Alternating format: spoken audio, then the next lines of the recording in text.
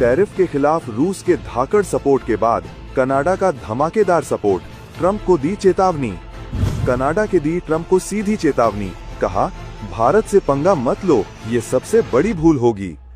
Trump की 25% tariff की धमकी का उल्टा असर, अपने ही घर में घिरे ट्रंप, हवा में उड़े अमेरिकी प्रतिबंध। चीन का विकल्प बनकर भारत ने तोड़ा अमेरिका का गुरूर, रूस से तेल खरीदकर भारत ने खेला मास्टर स्ट्रोक।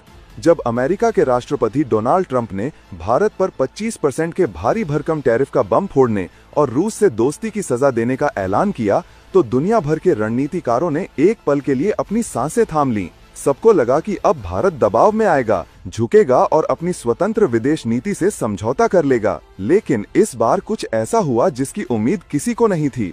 जवाब भारत से नहीं बल्कि अमेरिका के अपने ही पड़ोसी और दोस्त कनाडा से आया। दरअसल ट्रंप के खिलाफ भारत को रूस तो सपोर्ट कर ही रहा है, रूस तो गुस्से के साथ ट्रंप को चेतावनी भी दे रहा है कि सिर्फ बयानबाजी करने से कुछ नहीं होगा। इधर भारत ने भी सीना ठोक कर कह डाला है कि वो बिना अमेरिका के किसी दबाव के रूस से ही तेल खरीदेगा। यानी भारत ने बिना धमकी की परवाह किए सीधे क्लियर कर डाला है कि वो रूस से व्यापार करता रहेगा। और इस बीच रूस के शानदार सपोर्ट के बाद कनाडा का भी ऐसा समर्थन मिला है जिसने खुद भारत को हैरान कर डाला है। कनाडा ने न केवल भारत की आर्थिक ताकत को ट्रंप के सामने रखकर बताया, बल्कि कनाडा ने साफ बता दिया है अमेरिका को भारत से उलझने की भूल नहीं करनी चाहिए। हम आपको बताएंगे इस धमाकेदार खबर की पूरी कहानी कि कैसे ट्रंप का दांव उन्हीं पर उल्टा पड़ गया और क्यों आज पूरी दुनिया भारत को एक ऐसी शक्ति मान रही है जिससे टकराने का मतलब है खुद का नुकसान करना।